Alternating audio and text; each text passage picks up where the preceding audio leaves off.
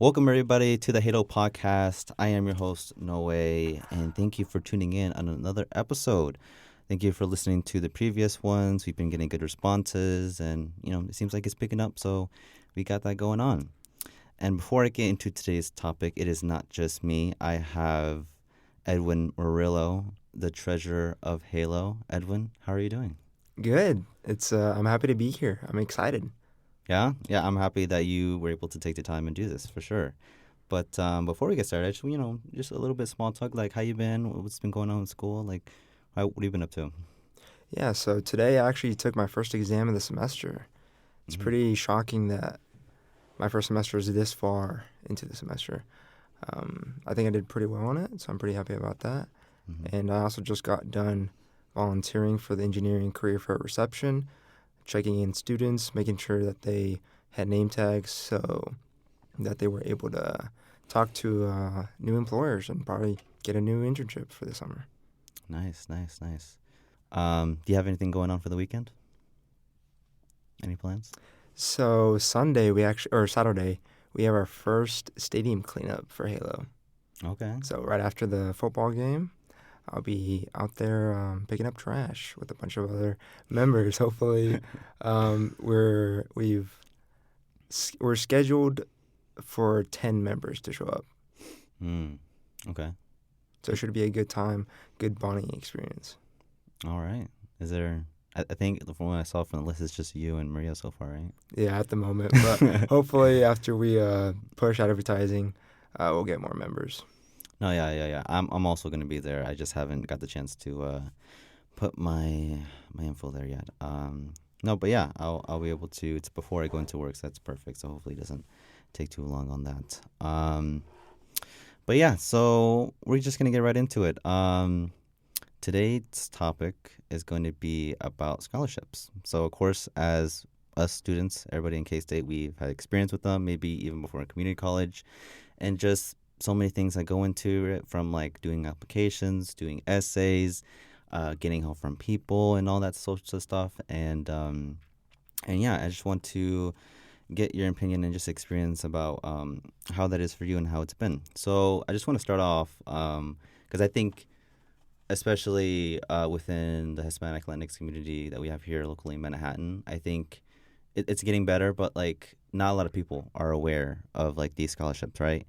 Yeah. Um, do you think is there a way to kind of bring awareness to like students more, like to kind of let them know like these are like scholarships they can get? Do you know there's a what do you think is a good way to kind of reach out to students and let them know that we got these scholarships?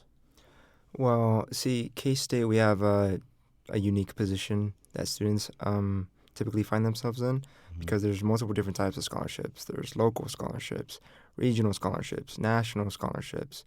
And so to some students, it may feel like it's hard to go for those regional or national scholarships. Hmm. And so oftentimes, I think it's easier to discover the local ones through um, resources such as like the Career Center or the Office of First Generation. So, offices here on campus advertising directly to students. And there's different ways that they do that. Sometimes they do an email newsletter that they'll send out directly to students, Hmm. or sometimes there'll be posters across campus, or it'll be like a competition sort of thing. Mm. But I think because of how busy students get, an easy way for the campus or the university to advertise these scholarships would be to do it through courses or professors or emails, like full-on email newsletters, Mm. where it's like a full list breakdown of all the scholarships that these students can apply for right away. Okay. So it's like so when you say like professors, like are you saying like maybe like to mention it like maybe in their course, even though maybe their course has nothing to do with like scholarships? Like is that what you're referring to, or like the course be all about scholar scholarships? So more like if there's a major specific scholarship Mm. and the professor can in some way advertise that to their students, that would be a good Mm. way of getting that scholarship out there. Okay, I see now. Okay. I think not with scholarships, but I have experience with I think one or two of my classes this semester and once before to where students like come in and they go to the professor before the beginning of the class and they just like, hey, like I have this like program or event, can I share this to your students? And then like half the time they say yes or they say no. So it's like I think it's already we're almost there. Like it's Yeah, already gonna happen. It's just like we need to kind of like push out more and yeah. like let professors know and like because like not all professors like my geology professor this semester like I remember like someone came in and just like, hey, can I share this? And then like he just kind of shrugged it off and I was like, oh, Ah, okay. dang. It wasn't related to like scholarship. I think it was like something about business. I guess he wanted to share with the class. But no, it is already taking place. And yeah, I think emails, professors, and just word of mouth is like a good way to go about it. Definitely, one of the big things that we got going on that's going to help a lot of students that are connected with us is our scholarship workshop that we're going to have, our GBM. It's going to take place pretty soon here because we're going to not say everything, but basically we're going to talk about scholarships and then help everyone that maybe does not know about those things apply for some of those scholarships. Yeah, because I think a big thing is, especially because we're all attracted to like social media, right? Yeah, And so that's a big thing into like how we get a lot of our information.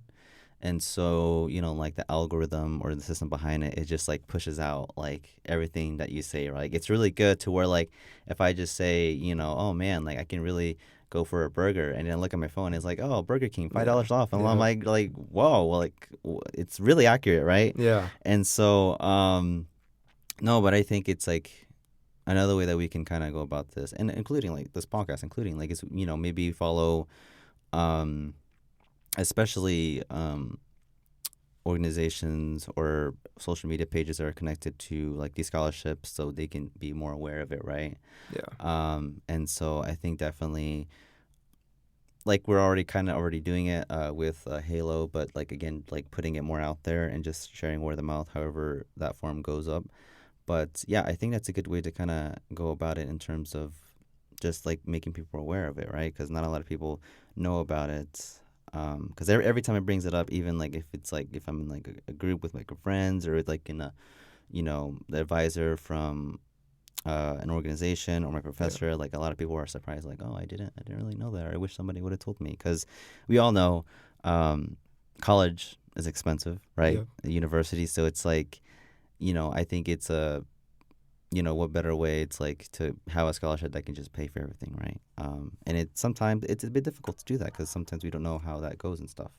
But I want to talk a little bit about your experience with scholarships in general. So like, I guess more specifically, like how do you feel when you apply for a scholarship? And like with the ones that you've been applying up to this point, do you think it's like difficult? Is there anything stands out, or like just what are your thoughts about just these scholarships that you applied for?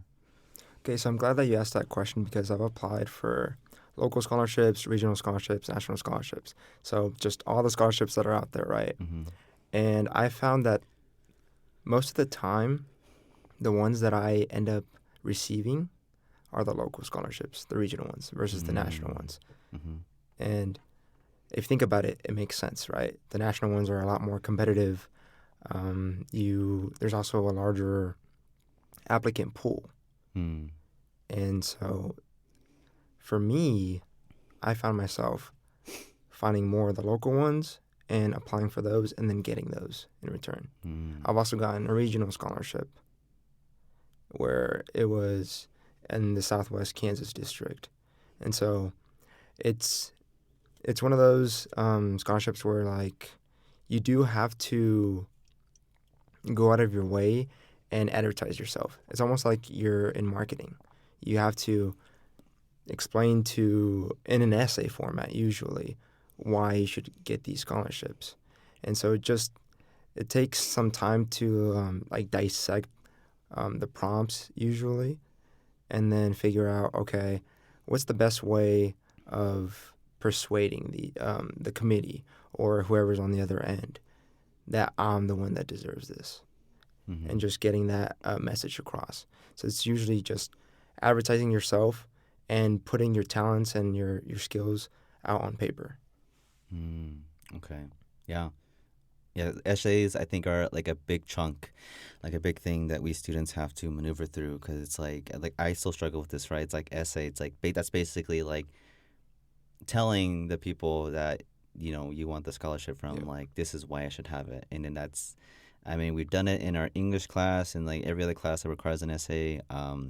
But it's just like essays. It's like a big major thing. Like, what do you think specifically with these essays? Like, is like the hardest thing that you've encountered with essays? What do you think is like the hardest thing about that? I think some prompts are very limiting because some of them don't always apply to your background. Hmm. And so if they don't apply to your background or if you can't answer them in a way that's like 100% genuine, Mm-hmm.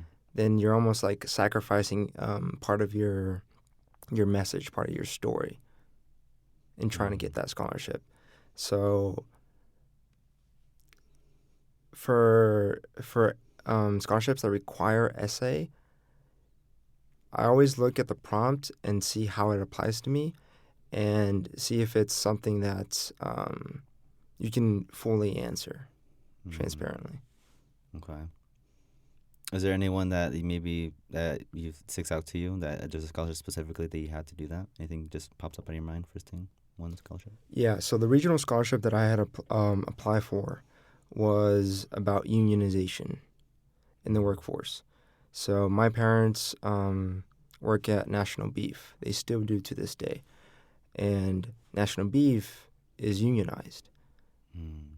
And so the union was offering a scholarship for the region that they were in Mm. to students who were either sons or daughters of union workers or who themselves were unionized and work like currently working at the National Beef. Mm.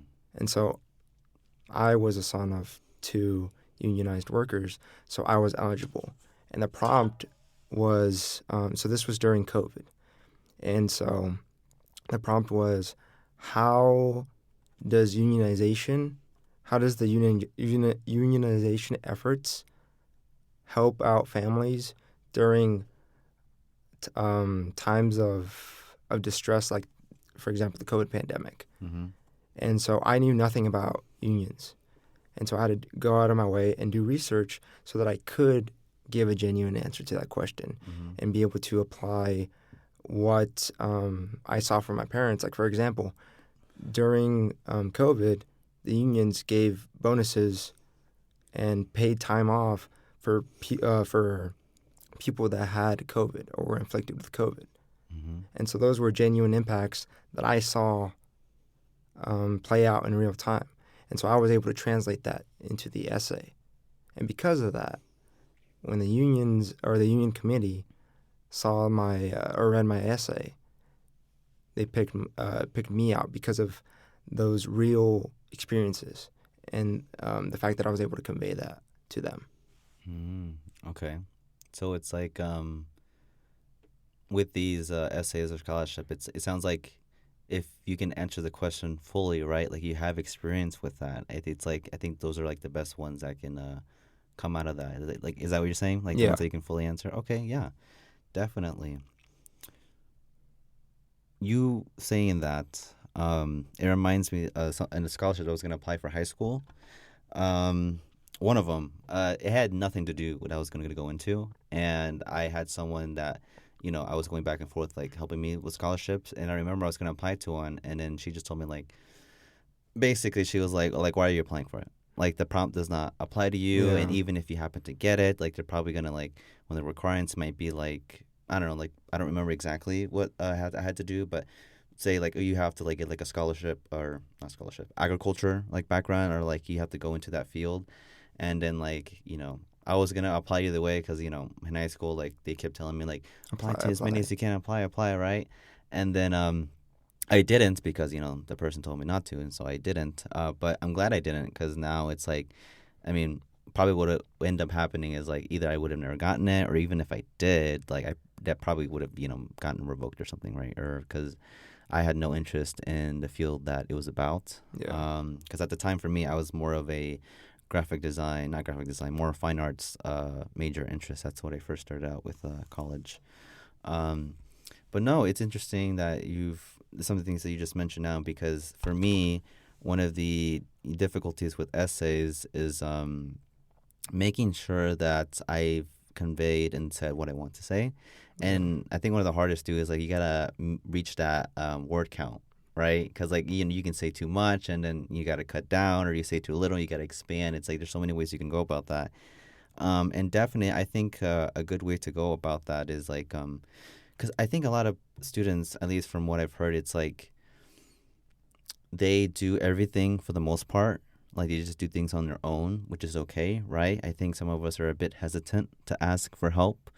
It could be because like they don't know where to ask for help, or maybe they might be like, oh, like I don't want to like bother somebody or whatnot. But it's like I think at least especially with scholarships that I think we should be more vocal about like that we do need help, right? Because like I was a bit like that in the beginning of college. I was hesitant to ask for help, like, oh, I gotta figure this stuff out. But after getting someone else's perspective on the prompt of the essay, right, or I don't know, maybe your friend, that's another perspective, right, that I didn't think of beforehand. And after hearing what they have to say and the feedback they gave me, I was like, oh, I didn't know that I could approach it this way, or I didn't think of that, right? And it's Yeah. just like it just opens more pathways in how you can approach it and complete it. And here in K State, there's a trio program that are they are more with first generation students, but they have services to where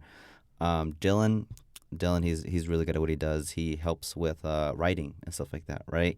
And so there's a few times to where I reach out to him to kind of like brainstorm and just like when it comes to like writing essays, not specifically with scholarships, but even though I have done that a week or two ago with him, um, but no, definitely getting some feedback and maybe just like having someone just read it and just see what they think about it. Because again, that can just open up so many ways of how you can approach it. Yeah. Um, yeah. So I want to kind of add to what you just said. Okay. I'm glad that you brought up resources like the writing centers, for example, Mm-hmm. because I know, at least for me, when I was first looking at scholarships, I would always see the essay requirement, and immediately I would kind of like push it to the side Mm-hmm. because Yeah. like I'm an engineering major, I'm not a writer, but we do have to remember, like you said, there are resources that we can use. Mm-hmm. Yeah. Yeah. I think many of us just go about again just doing things on our own because we're just not aware. But yeah, definitely listeners in K State Trio. There is a requirement to be part of the program, but if you happen to be a part of that program, they would have sent some stuff out in the beginning of the semester.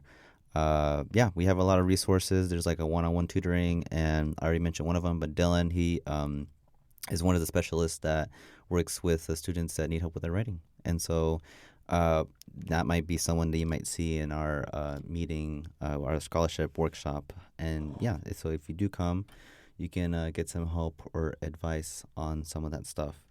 But yeah, so I want to kind of switch it up here, and I want to know your opinion because I'm gonna share a story with one of my friends and her experience with scholarships. So me and my friend, just to keep it brief, we applied for the same scholarship, right? Mm. And I got it, and she got it too. But then like after she got it, the first few weeks, she basically got it revoked. They took it away from her, and she's like, "Oh, you're not." Even though like they already told her you're awarded, you've been accepted. I don't know. Shortly after, I don't know, something happened, and she didn't end up getting having it anymore. And the reason why, because me and her talked about it a bit. Because she was not born in the U.S. Mm. She's not she immigrated here, right? And so because of that, you have to be a citizen for the scholarship, right? And it was a bit confusing for her and her family because her dad even went up to like the committee and it was like, how are you gonna like award her this and then just take it away? Like, what was the point of doing that, right? Because like her dad went up there and just like had a conversation with them, but like they ended up like just still not giving that away from her. They didn't give that to her, and then but I got it because like I was born here, right, in the U.S., and then it just gets me thinking like that I don't think she's the only one that experienced that. I think there's probably, I mean, no one that I know of, but her mentioning it, I'm like, I can't imagine other students like also doing that because I know like there might be some that weren't born here, but even then it is it seems like there's like an obstacle for the ones that aren't here a citizen. Like their options are so limited when it comes to scholarships because it seems like a lot of them. Um, at least more of the regional, like the more one they give you more money. I guess that's one of the requirements. But what are your thoughts on that? On that, that it just. Yeah, I think it's a shame that, especially it's just students that aren't citizens on paper, that they're automatically ineligible for a lot of these scholarships. Hmm. I know there are alternatives to scholarships for those students. Usually, it's in the form of FAFSA, but I think for even for FAFSA, you have to be a U.S. citizen. So I Yeah. think overall, it just makes coming to college and being able to afford it immensely difficult, almost an impossible task. Hmm. Um, I wouldn't want to be in that position, and Yeah. No. Yeah. I understand. I get you. I mean, it's like she doesn't apply for fast food either way too. yeah, Like so, she's literally paying out of pocket and she's literally working full time. So it's like every now and then when I reach out, it's like she's always working. So it's like yeah, she's literally having to work full time yeah, to pay for her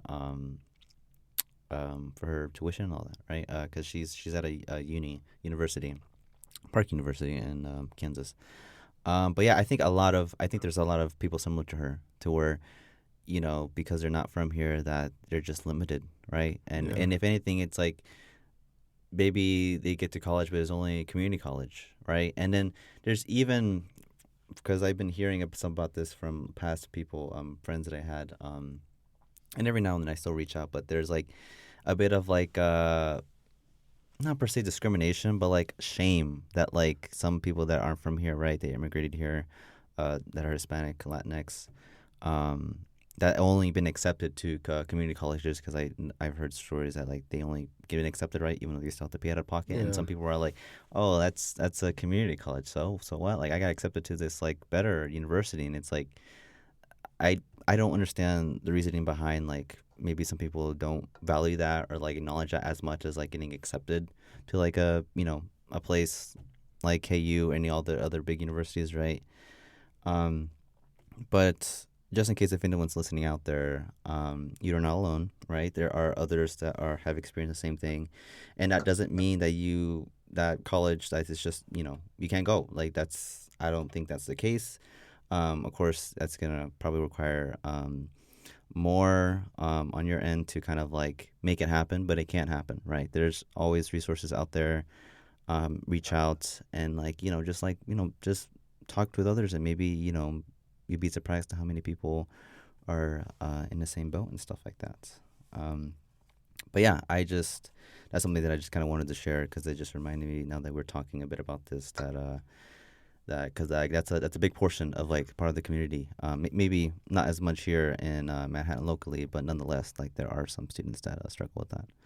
Um, but another scholarship that we ourselves, not the organization, are presenting, but USHLI. There is a scholarship connected with USHLI, and you can apply to that. I believe the application closes sometime this semester. I would have to look more into that. But if you get it, it covers all your expenses, and you get to go to USHLI, and USHLI is a like a workshop event. Do you know the full name of? yeah, I don't remember yeah. that. I always don't remember. What is it? So USHI stands for the United States Hispanic Leadership Institute.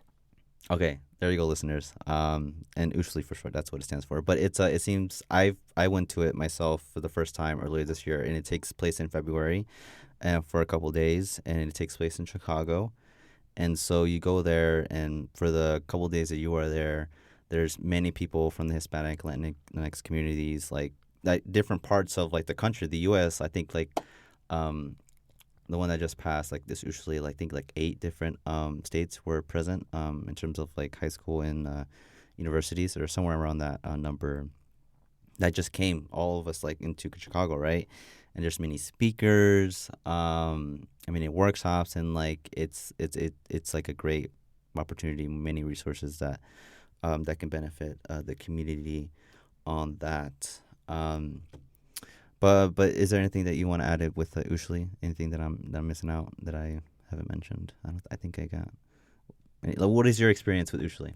Yeah, so Usually for me, there were a lot of valuable takeaways. The workshops being probably number one.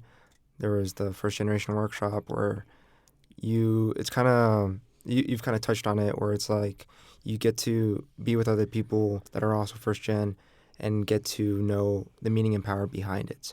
Hmm. Of like, we come to the university at a disadvantage. We're the first in our family to experience this. It's completely new to us, and it's traveling into the unknown, Hmm. and sometimes that can be scary.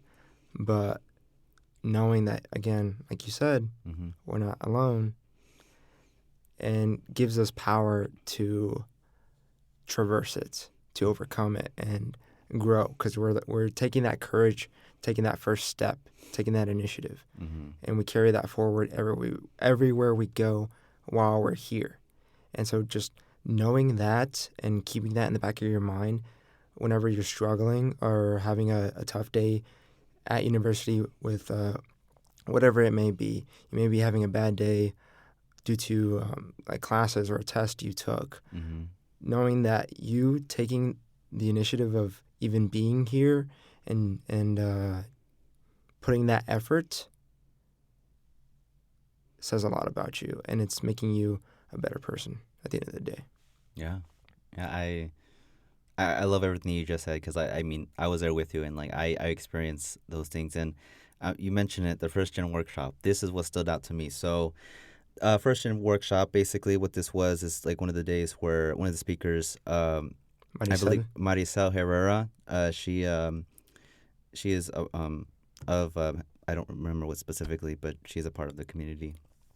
And that speech she gave to her, like, I was like, everything that she said just stuck to me, right? It's like being the first but won't be the last, right? Because Yeah. there's people that came before me, and there's people that are going to be coming after me, right? So it's like when I took the initiative to become an intern, and now the marketing media director for Halo, I never would imagine that in a short amount of time, in a couple months, that like I'm in the position that I am right now. Like, I would have never, my I don't know, a year ago myself, like, think of like I would be in this position, right? But it's experiences like that workshop really struck a chord with me, and I just related so much. I mean one of the things, it's like that I'll briefly mention is like she mentioned about the journey of like loving herself, and that she's still in that journey. And like that was one of the things that stuck out to me, because like me, I'm always like finding ways to self improve, character development.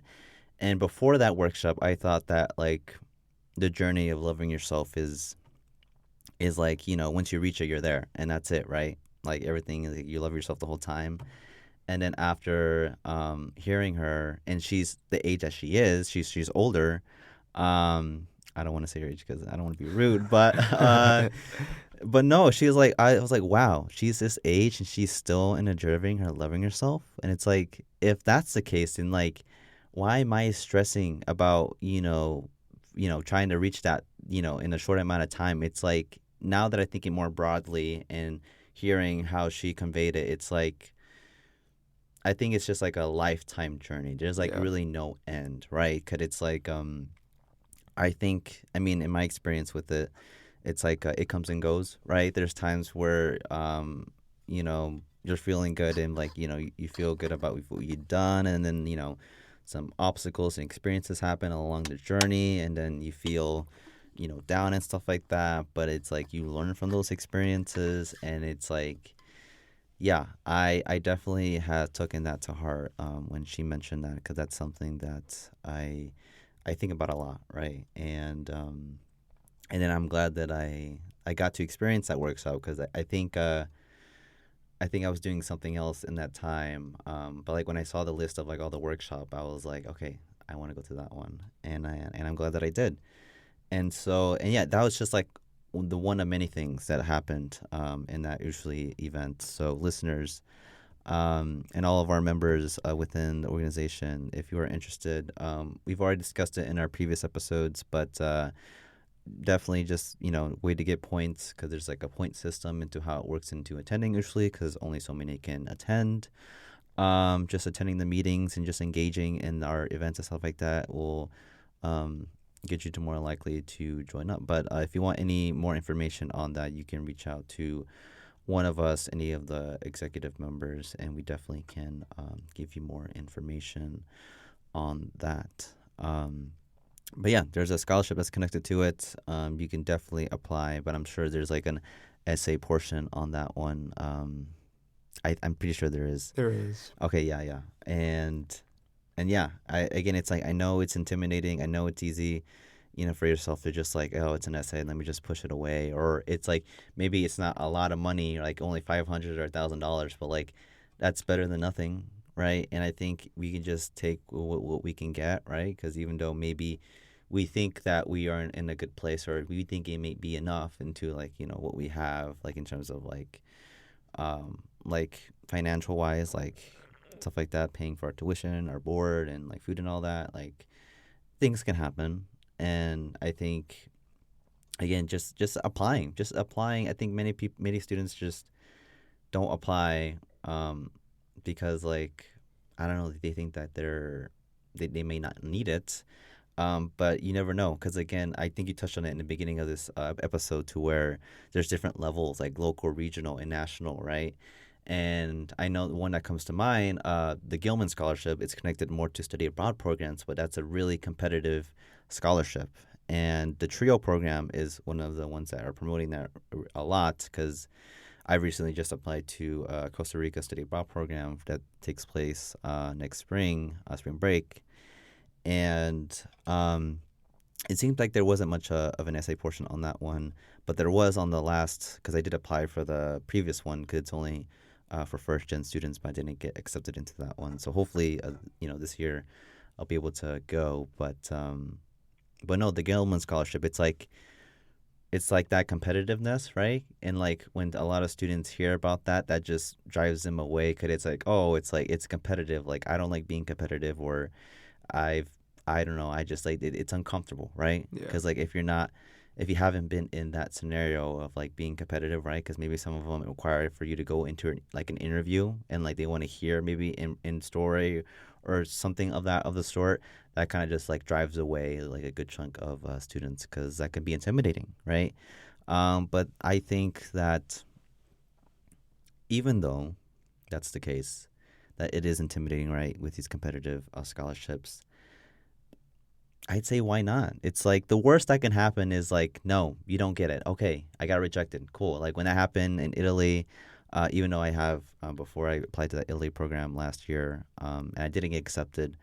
That wasn't my first time not getting. Well, actually, no, yeah, I think that was actually the first scholarship that I was declined, and I mean I was bummed out, but I wasn't discouraged. I mean, like I said, I just applied to this one for Costa Rica, and I really wanted to go to Italy, right? Because I've been to Iceland, I've been to Germany, and like Italy's on the next list, and I really wanted to go on that one.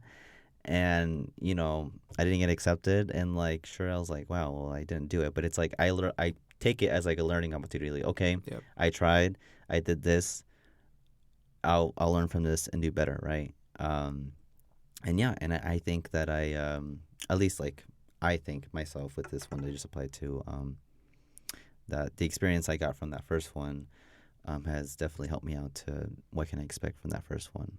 But yeah, it's like the competitiveness of these scholarships is definitely something that drives away some students. But I think just go for it. You just never know what's gonna happen. I also have something to add to that. So In most of these cases, these scholarships are on an annual basis. Mm. So let's say as a freshman, you apply for the scholarship and you don't get it. Next year, if you apply again, most of the time that committee will already know that you had applied for it before because your name will come up on the system and it'll show up that this isn't your first time. And so the second time around, or possibly the third time around, they're going to be able to see your growth. So if your application the second time around or your essay is different from your first one, Mm. they have something to compare it to. So that's Mm. also something else that does happen a lot. I've had friends that have reapplied and have been told that because of the growth that they saw in that particular student, they were selected for the scholarship the second time around. Mm. And so not being discouraged by the first decline and following up the next time around increases your chances. Mm. Yeah. Now that you mention it, yeah, I think not only the experience I had with the first one I applied to, but what you just said, like they're probably gonna recognize, like, oh, this seems familiar, and then that could really, um, I think that it's probably gonna help me a little bit, or at least to an extent. But another thing I think that could like make or break, right, that you make it, especially if it's a like a local scholarship or some sort, or whoever is in charge of like accepting or declining these award is like go to that person, right, and just introduce yourself. Because when I applied for this Costa Rica one, I remember Rebecca Paz. I think that's her last name. Yes. She mentioned to me, she's a part of the trio program. She like to go talk to the person that accepts or declines, right? And then she basically like, hey, just introduce yourself and just say like, hey, like mention that you applied before and this is your last year and that you really want to do it. And then I think I conveyed it. Unfortunately, I wasn't able to do that, meet the person, but it's like these things do help to where like if you go in person, right, to these people that are making these decisions, and like you just again, it doesn't have to be any like you don't have to like give like a whole version of like your life, right, to convince them. It's just like just go up there and just strike a discussion like, hey, I noticed like there's this program. Um, I really want to get into it. And just mention like again, like she give me tips on how I should go about it because she know I applied before, and just just do those things. And then if anyone else, because it's not just this one. There's many scholarships that we mentioned already, quite a few, but there's many more that you can find. And that I think yeah, because like it's like in a first impression almost. It's like if you get that first impression and then they're looking through that list and then they recognize your name, it's like, oh, like I remember this person, like he came in the other day and we talked about it, and like again, you just stand out from that list of many recipients that applied, and then like that literally just like separates you from the mini pool of like those scholarships. So it's like also just going in and just talking to these people and they're making these decisions. I think that can really help and put you out separate from those. Um, but yeah, we are getting into the end here in this episode. But Edwin, is there any final thoughts you have on scholarships? Anything in general that we've talked about? Maybe something that came up.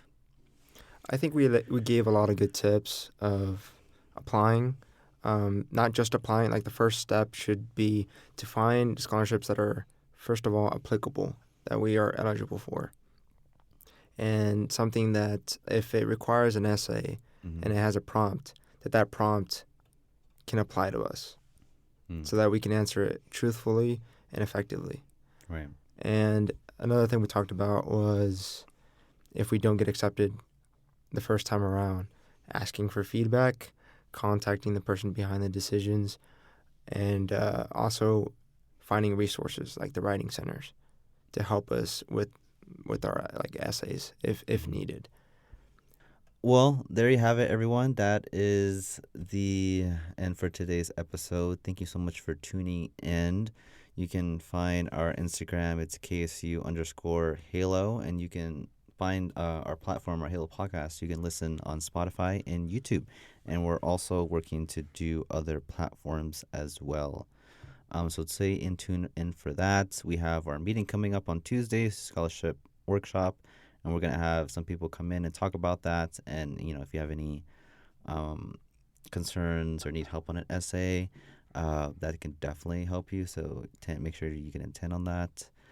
Um, but thank you, Edwin, for making it today. I appreciate you taking the time and discussing on some of this stuff. Because I don't know. I think just bringing different perspective on someone else's view can just help one of our listeners out there that didn't know of like how that process can look like, and now they can approach it and do that. But yeah, that's it. That's gonna be it for today. Thank you for tuning in, and we'll see you on the next one. Until then, peace.